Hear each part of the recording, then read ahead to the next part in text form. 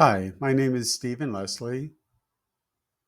I organize and run the Haiku Workshop with the Burlington Writers Group. Here are my haibun and haiku poems. First one is a haibun titled Joe. Joe was just another kid on the school bus. I lived in Edgewater, he in Davidsonville. The only reason I recognized his name was that his father owned a fleet of school buses which bore his last name. In 1966, when I graduated from high school, I chose to go to college. Joe was a country kid. He had no interest in college and ended up in the Vietnam jungles. I was one of the first in my extended family to go to college. There was not much support or understanding of the struggle to maintain grades. Back then, if your grades dropped, your draft deferment was waived. One kid in my dorm dropped behind. The draft board contacted him. I never saw him again. When Martin Luther King was assassinated, my college roommates and I climbed the hill near our dorm and watched Washington, D.C. burning from the riots. The red glow across the broad swath of the horizon. In the summer of 1968, I heard on the radio about a massive traffic jam caused by a concert in Woodstock, New York. When the Cambodian War began, protests broke out all across America's college campuses. We sat on Route 1 blocking traffic. 36 years later, I found myself at the Vietnam Memorial, a war that shaped me, but I never fought in. And the haiku: cold black granite walls, the Vietnam Memorial. I touch Joe's name.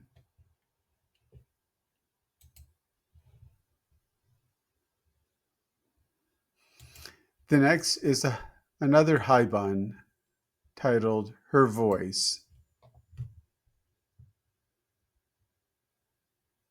Lacking social grace, she constantly interrupts my conversations with firm but clear directions. When I fail to make a critical turn in time, there are no judgments, no recriminations. She studies the maps and quickly computes a new route.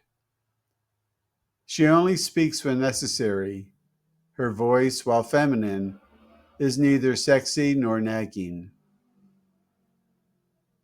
During the long, straight drives on the interstate, she is content to be quiet, speaking only when necessary. At the end of a long trip, she guides me through the thick fog and haze, using her abilities to connect with an unseen higher power to guide us back home. Sometimes I wish she was more cordial, but our relationship is all business. When it is time for us to part, she is silent, but I know I will hear her voice again. Swirling dense fog, her reassuring voice, GPS.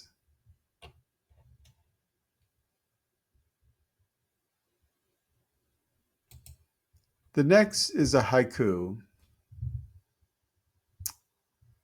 It won the second place award in an international haiku competition. Uh, the competition was held in Japan. I'll read it twice because haikus are much more condensed. Her far away look, tire swing on a nearby tree, the missing children. Her far-away look, tire swing on a nearby tree, the missing children.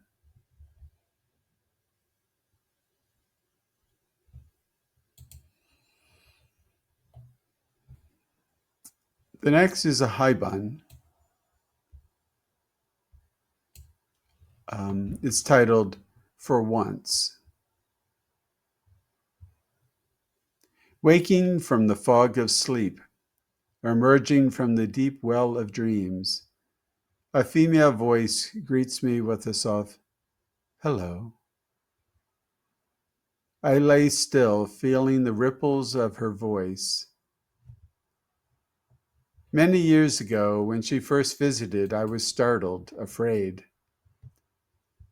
I was awakened by the gentle touch of a warm hand on the surgical scars on my lower back. Startled, I turned quickly and caught a glimpse as she faded from view. Over time, she came to understand that appearing beside my bed rattled my fragile nervous system. Since then, she no longer appears, but simply says, hello, in a tender voice. When my last day arrives, as soon it may, she will appear again.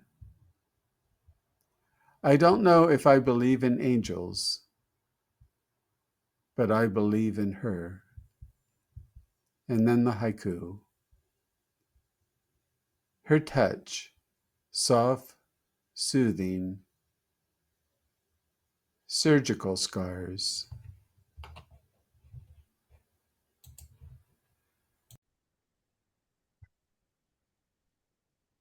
Aloha from Hawaii. My name is Sri Ten Kate. I'm part of the Burlington Writers Workshop on haiku poetry. Here are my haikus. Today is the day, memories to cherish, time of no return. With aching knees, aging at ease in silence. Sparkly fragrant, on her delicate shoulders rest golden white petals. News not digesting, too late for comfort food, still up for writing. Dark purple dragon, juicy sweet crunch among tiny black spots. A blue canvas tinted with gold and deep orange, home on the islands. Okay, I'm Candle Wall. Thank you so much for having me at this reading. I'm going to read some haikus that I wrote as part of Stephen Leslie's haiku group. And the first one is, they're seasonal, some of them. This is about spring planting. Heavy, ripe compost hoed into last year's soil. Perfume for earthworms. The next one is about July flooding in Vermont. Submerged hay bales, farm stand shuttered, a muddy Bible. And this was from a photo prompt in our group of a Zen center. Sand garden dancer, ripples on a dry ocean. Black tea steeps inside. And the last one is a haibun that is published in the Burlington Writers Workshop anthology this year. It's called Chihuli's Bowl, a haibun. On a road trip to Florida, I said yes to transporting fragile art halfway across the state. Oversized glass bowl donated to a Seattle fundraiser by the studio of famed glassblower Dale Chihuly, its owner, now retired in Tallahassee. As her health failed, she offered the bowl to my cousin in D.C. With the box buckled in my back seat, I navigated safely to St. Augustine. Another cousin drove the last leg north. The bowl now rests in a plexiglass case on a velvet cushion, a see-through pink planet etched with latitude lines, sturdier than she looks.